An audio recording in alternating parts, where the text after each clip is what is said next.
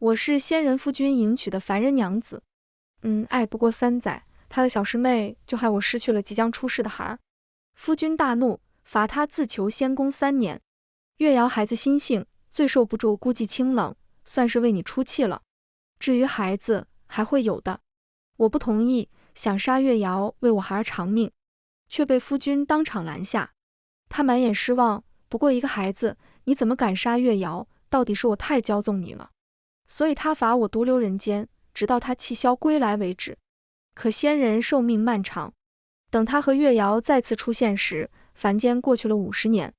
月瑶大笑，我和师兄不过是回仙界多吃了盏茶，你怎么就老成这样了？至于我那夫君，则是同我做起了交易。当年之事，只要你肯向月瑶道个歉，我就助你重返青春。毕竟你始终是我最爱的妻。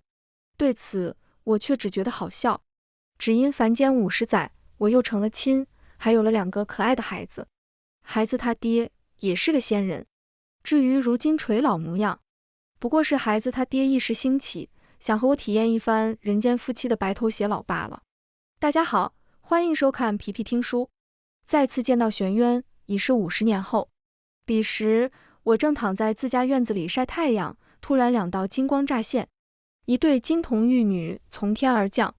见着来人，我多少有些恍惚，虽然容貌未改分毫，但多年未见，我到底有些记不清玄渊的模样了。直到他走到我跟前，柔声一句：“月儿，是我回来晚了。”那一刻我才意识到，我那整整消失了50年的夫君回来了。可人间一晃50年，我作为凡人，经历生老病死，早已过花甲之年，如今只是个佝偻老太，皱纹布满脸颊，青丝也变成了白发。所以当玄渊看清我时，他眼里震惊难掩，随即就被浓浓的内疚掩盖。反倒是一旁的月瑶仙子，听着他的话，不由瞪大了眼睛，仔细端详我。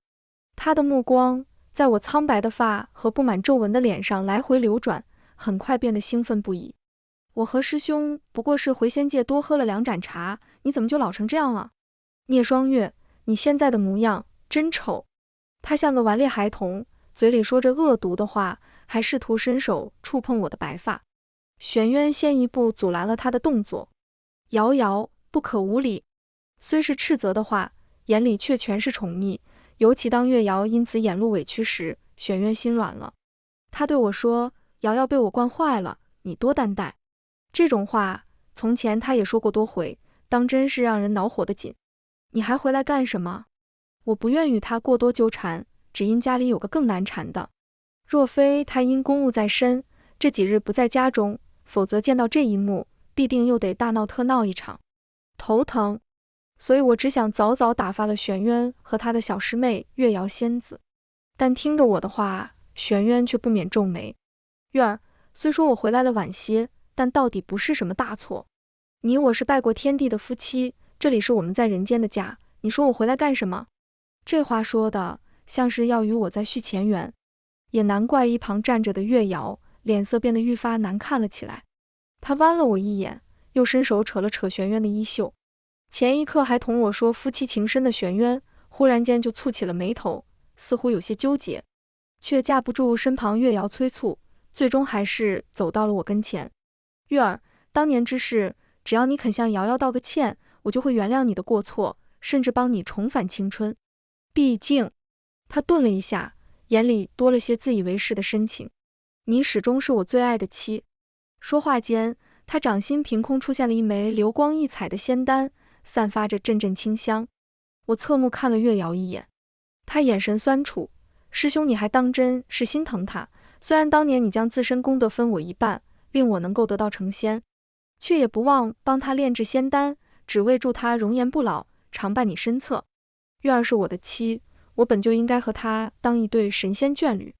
若非是你突患疾病，为了护住你性命，我才不得已将功德分给了你。如今我所做的这一切，只能算是弥补月儿罢了。不说这件事还好，一提起来，我当时觉得自己可笑得紧。如今仙界没有禁令，人仙能相恋，并且结成仙侣后，仙人可将自身功德分给对方一半，助对方飞升成仙。然而玄渊当年却先一步将功德分给了月瑶，说他病弱之体，没有功德成仙，会早早去世，所以让我不要和他争。至于我，他总还会想到办法的。他说这话时，眼里感慨万千，还更进一步走到我跟前，含笑打量我。月儿如今虽已年迈，但在我心中依旧好看。闻言，月瑶冷笑一声，师兄这话说的，难不成你还能对如今的聂双月动情欲？毕竟此刻在外人眼里，我和玄渊更像是祖孙。怎么不行？玄渊像是为了证明什么似的，伸手捧住我双脸，接着缓缓靠近我。我吓得连忙伸手推他，而玄渊在即将亲上我的那一刻，却也顿住了。他叹了口气，罢了，我们夫妻之间的情事，还不想污了你这小姑娘的眼。说话间，他再次拿出那枚仙丹，催促我道：月儿，只要你快些道歉，这仙丹就是你的。看着那枚流光溢彩的仙丹，我却只觉得好笑。只因凡间50载，我又成了亲，还有了2个可爱的孩子。孩子他爹也是个仙人，我们成婚那日，他就以大半功德相赠，加之我多年行善积德，如今早已成了仙。至于如今垂老模样，不过是孩子他爹一时兴起，想同我体验一番人间夫妻白头到老的趣味罢了。所以我告诉玄渊，我才不稀罕你那破仙丹。聂双月，没想到多年过去，你居然还如此执迷不悟。刚才还温声软语的玄渊，在听到我的回答后，面色唰的一下就冷了下来，接着袖子一挥，那颗仙丹便从他手中消失不见。当年之事，瑶瑶也是无心之失，我已经罚了他3年禁足，你还有什么不满意的？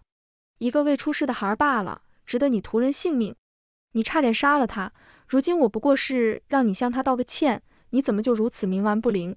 玄渊声声斥责，仿佛我做了什么罪大恶极的事一样。可明明当年是月瑶先害了我未出世的孩儿，可作为孩子的亲生爹爹，他却对杀人凶手分外包容，只给了个无关痛痒的禁足，这让我如何能解心头之恨？所以哪怕50年过去，我依旧想要月瑶的命。玄渊大抵也是想到了那个孩儿，严厉的神色里不免出现了几分内疚，连着声音都软了许多。也罢，只要哪天你想明白了，给瑶瑶道个歉，这枚仙丹我还是会给你的。但在此之前，就先委屈你继续当个老妇了。说完，他又看了一眼面前的竹屋，这与他当年离开时已经大不相同。玄渊伸手指向主屋，瑶瑶自幼娇生惯养，在凡间时被我和师父捧在掌心呵护，穿的是绫罗绸缎，睡的是金丝软枕。到了仙界，更是有仙宫居住，受不得半点委屈。如今他陪我下凡来找你，也不好委屈了他，你就将主屋让给他住，我们住偏房就好。师兄，还是你心疼我。月瑶泪眼连连，一副感动到不行的样子，直接就钻进了玄渊的怀抱中。玄渊也没觉得有任何不妥，将人搂入怀中，又轻轻抚摸着他的头发，露出满脸宠溺。谁让我们从小一起长大，我不疼你，谁疼你呢？见状，还怪让人觉得肉麻的。我忍不住打了哆嗦，却被眼尖的月瑶瞧见，她窝在玄渊怀中，眨巴着眼睛，露出一副嘲讽模样。聂双月，你莫不是因为年纪大了，所以怕冷打哆嗦啊？面对着他的挑衅，如今对玄渊已无半点爱意的我，自然是内心毫无波澜，甚至还附和地点了点头。人老了，稍微吹点风就觉得冷，得回房休息才行。这话倒也没有扯谎。孩子他爹总是想一出是一出，床榻缠绵不休，我累得眼睛都睁不开。他就趁机姐姐姐姐的喊，哄我心软，央求我同他办几日老年夫妻。而这术法有时限，还得7日才失效。这几日我的确就是苍老之躯，稍微一点凉风就让我觉得头疼不已。没成想听到这话的月瑶脸上笑意更甚，又娇憨开口，毕竟你年纪大，你待会就去主房多搬2床被子，我毕竟是仙女，不会怕冷的。玄渊点了点头，有些感慨，我们瑶瑶长大了，如今倒是知道心疼人了。那可不。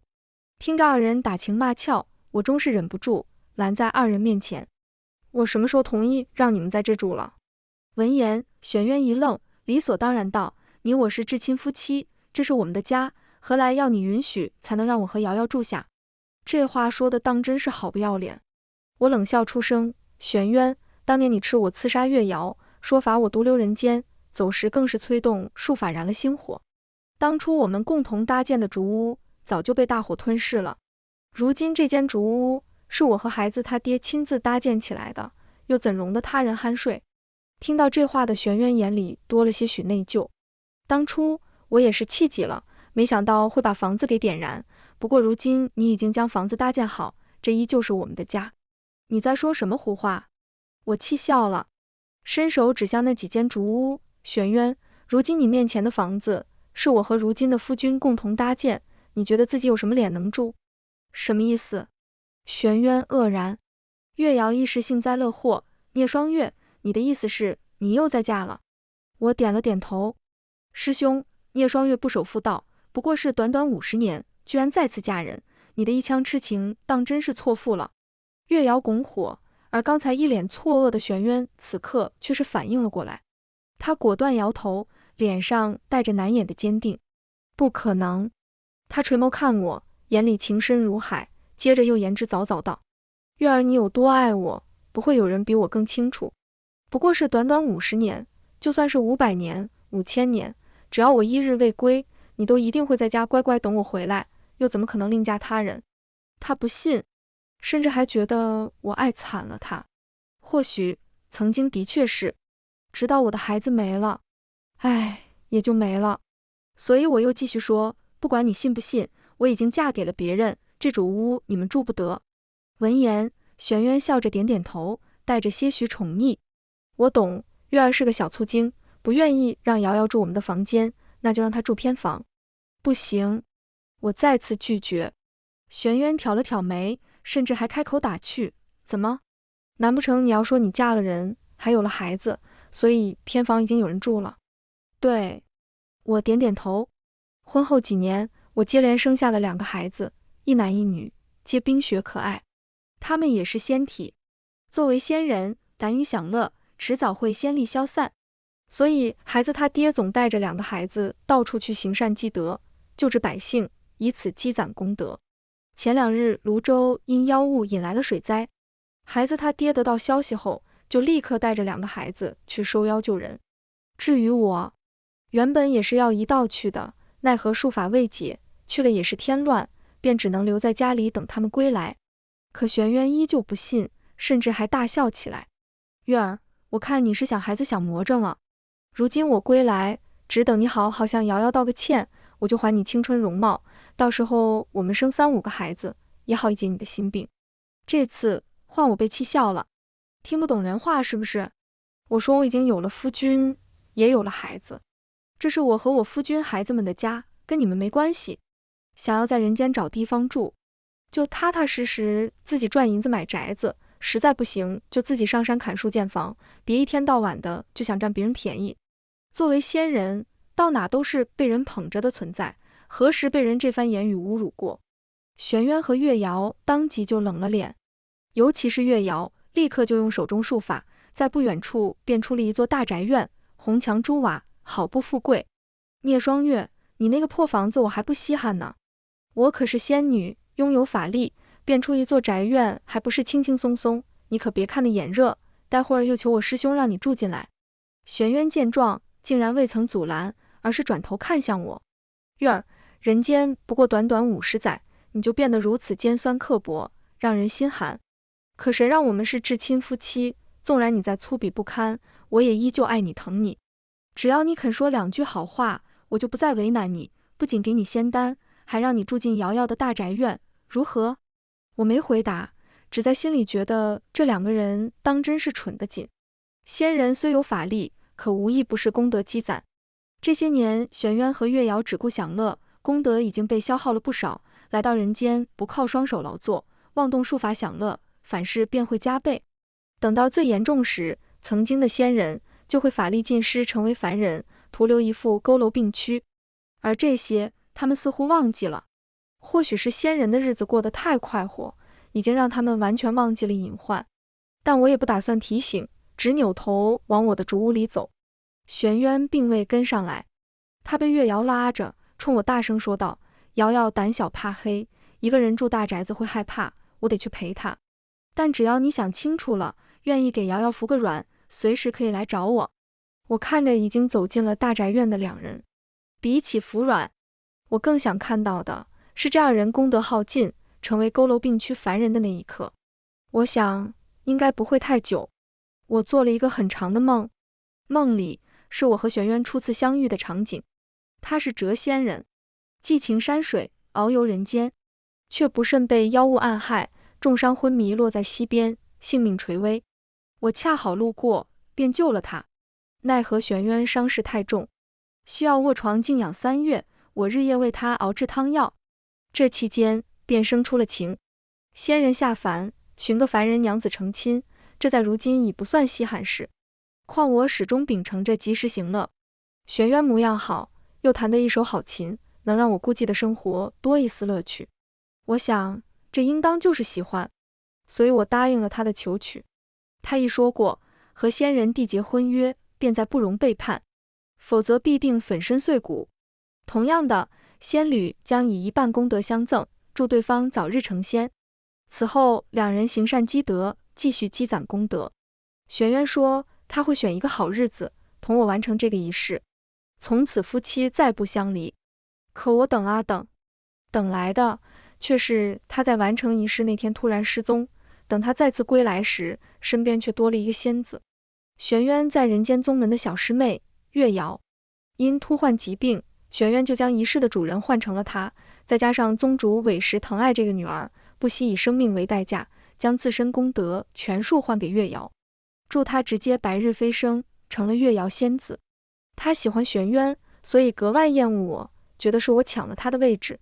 玄渊也未必看不出来，所以他下了禁制，不许月瑶来找我，所以直到那时我才只见过他一次。直到我有孕在身，月瑶知道自己再无法取代我，就干脆起了恶毒心思，趁玄渊不在之时，耗费大半功德，短时间提升法力，冲破禁制，提剑杀到我跟前，一剑刺穿了我的肚子。彼时我只差1月就将临盆。玄渊赶回来了，见到的是躺在血泊中的我和已经了无生机的孩子。我以为他会替我报仇，可当他红着眼站在孩子坟前时，却说我已经罚他自求仙功3年。月瑶孩子心性，最受不住孤寂清冷，算是为你出气了。至于孩子，还会有的。他不愿意替我们的孩子报仇。3年禁足，真是好严重的惩罚。所以我提起剑，和月瑶一样，想杀了对方。可我并没有成功。玄渊护着他，又骂我蛇蝎妇人，最后带着月瑶一起回了仙宫。他说这是给我的教训，这是一个噩梦。很久了，我已经很久都没有梦到过从前的事情。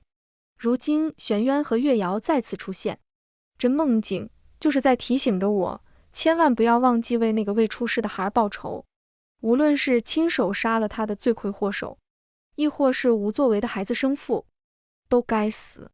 梦醒时分，窗边天光微亮，山林本应寂静，却不知为何格外喧嚣。所以我起床查看，推开院门便发现不远处的高宅大院门口竟然聚集了不少人。月瑶和玄渊就站在台阶之上，他们手里拿了许多金叶子，正在挨个散金。得到金子的无不高呼一句大善人，是天上神仙妃子下凡来救苦救难了。也有人嘴巴更甜些，说他们神仙眷侣站在一起分外般配，和该是夫妻。听到这话的月瑶红着一张脸，然后大手一挥，又给了对方更多的金叶子。紧接着恭维的话就像不要钱似的，一句又一句撒了出来。人也越来越多，热闹的让人有些头疼。我知他们才刚下凡，手里并无凡间金银，可一夜之间变出了那么多金叶子。不用想，一定又是使用术法了。仙人可以用术法救人，却不可以破坏凡间规定，利用法律为自己在人间谋求便利，会折损功德。所以我只是远远看着月瑶，就已经发觉她额间黑雾越发浓重，那是功德即将消耗殆尽的征兆。至于玄渊，额间同样有黑雾，只是比起月瑶要略微浅一些，但也快了。我本想直接转身离开，月瑶却看见了我，当时直接高呼：那个老妇怎么不来领金子啊？这下子，所有人的目光都聚集在了我身上，我只能转身看向他。月瑶又惊呼：“哎呀，是聂双月！”我还以为是那个贪财的老妇，实在是不好意思，我竟然没能认出来你。未必是没认出来，十有八九就是想当众羞辱于我，用他几十年不变的美貌，企图刺激我。我摸了摸鬓角的白发，漫步走了过去。今日来接金子的人不少，好些都是熟脸。月瑶又自顾自开口：“聂双月，看你只能住竹屋，想来生活清贫。本仙子一贯宽容大度，只要你肯下跪求我，我就赏你几片金叶子，如何？”瑶瑶，不许这么胡闹。一旁的玄渊眉头微蹙，倒也不见真的生气，只是走至我跟前，又说了句：“月儿，你想要多少金子我都能给你，只要你肯低个头。”我看着他手里的金叶子，觉得有趣。这可不是金叶子，换句话说，这可是他们的催命符。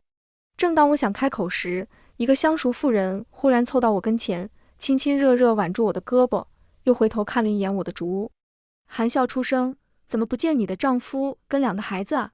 妇人此话一出，站在我面前的玄渊脸色瞬间大变，我却只当没看见，笑着回话：“两个孩子随他们爹爹去泸州去了。”妇人点头，想再继续说些什么时，玄渊忽然冲过来，一把拽住我的手腕，面色冷峻：“聂双月，你何苦如此激我？”“我激你什么？”这话倒是说的莫名其妙，我可什么都没干。你是我的妻，我们唯一的孩儿，早在多年前不幸去世，如今我好端端站在你面前，你怎么就会有多余的夫君和孩子？他垂下眸，像是在思考，忽然间又笑了起来。我都明白，这个老妇定是你花钱请来的，想故意说这话惹我生气。月儿，什么玩笑开的，什么玩笑开不得，你该掂量掂量。说到最后，他声音里带着似有若无的威胁，能看出他此刻心情已经极度不悦。我也懒得同他继续争辩，早就说过1800回，我已经有了丈夫和孩子，可他偏偏就是不信。再说一遍，也只是白费口舌。所以我干脆就着当前情况，反问了句：“你说你是我的夫君？”玄渊点头，并没有丝毫犹豫。而依旧站在台阶之上的月瑶，脸色却是难看了起来。我又继续说：“既然你是我的夫君，为何你会跟别的女人在一起？这也便罢了，别人说你们是至亲夫妻，神仙眷侣的时候，你为什么不反驳？难不成你也有此心思？”原来是个不知廉耻抢人夫君的狐狸精。人群中不知是谁喊了声，接着有人补充：“不知廉耻的何止这个狐狸精，不还有这个冠冕堂皇的男人吗？”我所居住的地方民风淳朴，加之生活辛苦，所以很少会有人纳妾填房。像这种外面的女人，在许多妇人眼里，那就是不知廉耻，是会被啐唾沫星子的。金叶子照拿不误，地上的石头也捡得顺手。其中一位妇人掂了掂手里的石头，眼里满是怒火，大骂了一句狐狸精后，就直接将石头砸向了月瑶。她虽是仙子，却也没料到对方会猝不及防动手，堪堪躲避。石头还是擦过了脸颊，留下了半拇指长的血痕。瑶瑶！玄渊见状惊呼一声，当即袖子一挥，直接将那妇人掀翻在地，接着又迅速跑到月瑶身边，将人护在怀中。师兄如此爱怜，月瑶自是低声哭泣，捂着脸颊说疼。我则是跑到那妇人身旁，将人扶起。她受伤不轻，胳膊有些骨折，我便打算将人带去竹林医治。聂双月，他伤害了瑶瑶，应该受到惩罚，你不能将人带走。听着玄渊的话，我只觉得可笑。当年你的好瑶瑶害死我孩子的时候，怎么不见你像今日这般愤怒？是你同我说的，又不是什么大事，何必如此恶毒？今日这位老妇不过是痛恨破坏别人家庭之人，又有什么大错呢？我顿了一下，接着又说，除非你承认自己冠冕堂皇。他自然不会这么认为，而且众目睽睽下，这里可是凡间，就算他是仙人，也应该守凡人准则。月瑶并没有受重伤，脸上的伤口此刻也已经结痂，就算是闹到官府也没办法。但若他敢众目睽睽之下再度伤人，是真能被抓进牢里的。这他或许不怕，可天道维持时间法则，仙人伤人，那可是会消耗大量功德，快速衰老而亡的。所以我知道他根本不敢再动，所以我将妇人带走，替他正了骨，又给了几剂草药，能让他恢复如初。至于月瑶和玄渊，经此一事后，倒是将大门给关了起来，这与我也没有太大的关系，本来就已经是路人，而我如今住在凡间，就要守凡人准则，生火做饭必须亲力亲为，买菜也成了每天必做的事情。只是最近家中无人，我胃口不大，所以3、5日才会去一次集市。谁成想，这次到集市，我就觉察出了些许不对劲。许多人的目光总是刻意落在我身上，指指点点的声音更是不断钻入了我耳中。还有好事者当即走到我跟前，从头到尾打量了我一番，接着莫名大笑，说我一个老婆子竟然异想天开，贪图人家娘子的年轻郎君。我这才知道，昨日关上门后，月瑶哭泣不止，说自己不愿背负这般难听骂名，所以玄渊就同意了他的提议。在人间，他们暂时就以夫妻相称，还特意十指相扣，去市集上走了一遭。至于我，自然是不知廉耻，贪恋年轻郎君的老妇人了。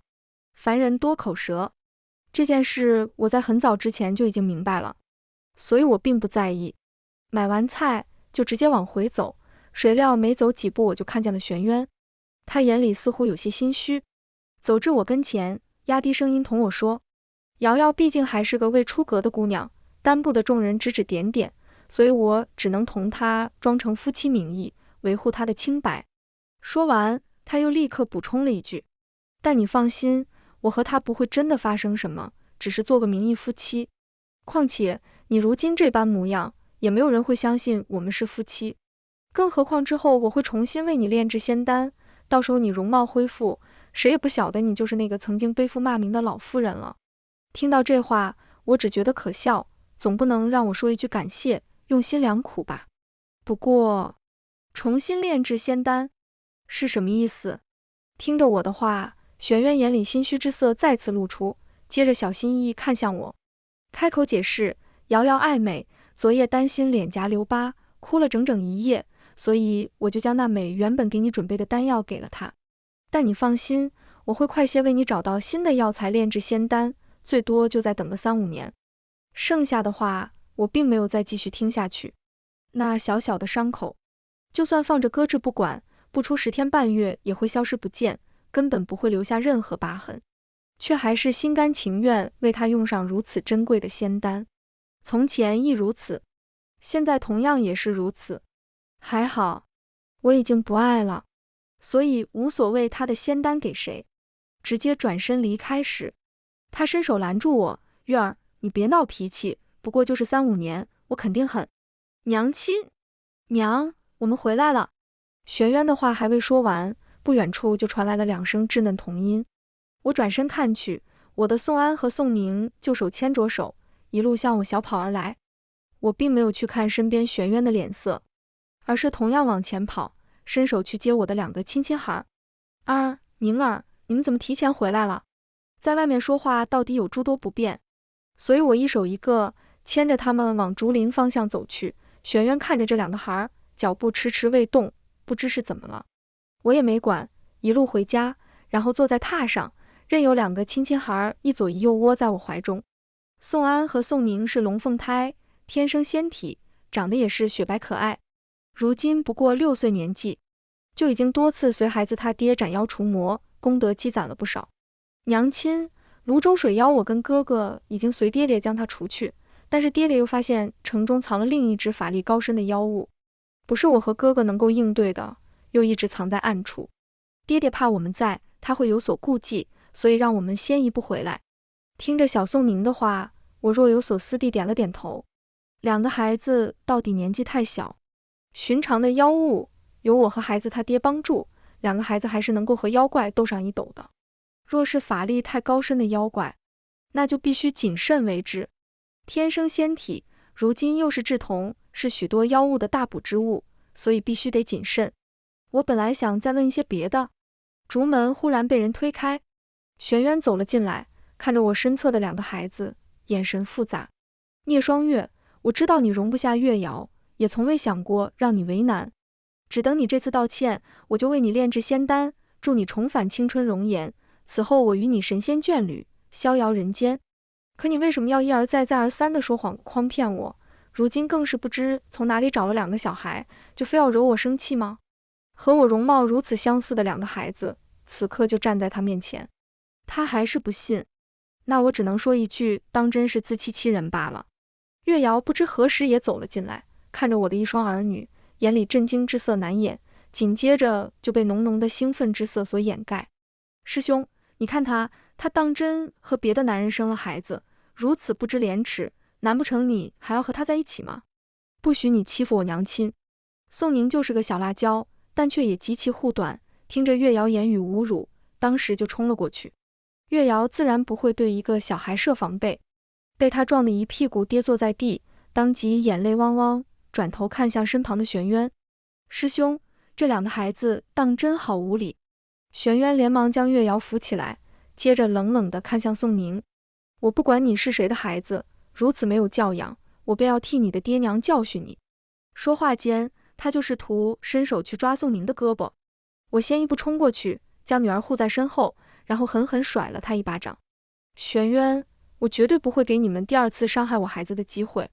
那一巴掌的力道极重。玄渊愣住了一瞬，月瑶更是尖叫了起来，心疼地看着他脸上的巴掌印，接着又恶狠狠地瞪着我。聂双月，你自己不知廉耻，跟其他男人苟且生下了2个孽种，居然还有脸打师兄，像你这种女人就该碎尸万段。你又是什么好东西？我冷笑。月瑶，明知他人已有妻子，却偏偏还没脸没皮地往上凑，谁又能比你更无耻？聂双月，你何苦如此咄咄逼人？玄渊立刻出声阻止，他叹了口气，露出一副极其为难且头疼的样子，又同我说，瑶瑶不过孩童心性，你说话也忒难听了些。差点忘了，还有个没骂。玄渊，你又好到哪里去？明明已有妻子，却偏偏还要和其他女人纠缠不休。既然当年你不愿意替我的孩子报仇，甚至选择离去，你我之间就再无任何关系。如今我已嫁人，还有了孩子，你却一再纠缠，你又是什么好东西？最恶心的，最令人不齿的，最不堪的，其实就是玄渊。那次不欢而散后，接下来几日我都未曾见过玄渊，连带着之前变出的大宅子也都消失不见。我又过回了从前的安静日子，和2个宝贝孩子一起，等着孩子爹回来。禁制解除那日，也是浮光归来之时，不过还得晚一些才能解开。我跟2个孩子先去市集买了许多东西，打算给孩子他爹接风洗尘。日落时分时，我没等来浮光，反倒是等到了玄渊。他神色疲惫，眼睛却十分有神，直冲进房间，然后亮出掌心仙丹。月儿，你看，我已经把新的仙丹炼出来了。他像献宝似的将仙丹递给我。无论从前我们之间发生过什么，但从今日起，我们依旧是至亲夫妻。你吃下仙丹，重返年轻，我带你游山玩水。至于月瑶，我会让她回仙宫，再不出现在你面前讨嫌。他絮絮叨叨说着，全然不顾我越来越冷的眼神，一再纠缠，实在是让人觉得烦得紧。所以我直接伸手将那枚仙丹打到地上。玄渊，我说了，我不稀罕。他面色一僵，接着又看向一旁的2个孩子，脸上的笑容也变得有些勉强。就算这2个孩子是你亲生的，我也不相信你已经在嫁他人。我不管从前到底发生过什么，只要你肯回到我身边，我都可以既往不咎。可是我不愿意啊！我想也不想就摇了头。玄渊本想再继续纠缠，可忽然一阵金光闪过，接着他便一股大风直接掀翻在地。宋宁瞬间兴奋不已，是爹爹回来喽！下一刻，浮光出现在竹屋门口，冷眼瞧着倒在地上的玄渊。跟我抢娘子，你算个什么东西？玄渊挣扎着从地上站起来，死死盯着面前的浮光，又像是不死心，转头看我。月儿，这不是真的对不对？你肯定没有另嫁他人，毕竟当年你是那么爱我。可你不配啊，不配得到我的爱，不配让我许下同生共死的承诺。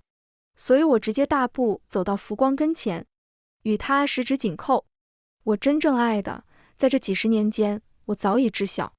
玄渊大笑，倘若他真的爱你，那他为什么不愿意将一半功德分给你，让你能够快速修炼成仙，还让你如今衰老成这副模样？所以，你觉得这不是爱？我并没有直接回答，而是反问了一句。自然，他想也不想就点了头。若是真的爱你，成婚之后便会分你一半功德，成为真正的神仙眷侣，也不会看你如今衰。他话说到一半时，忽然间顿住，脸色也顷刻间变得难看不已。接着慌张解释，不，我一直都很爱你，功德没有分给你，是因为月瑶身体不好。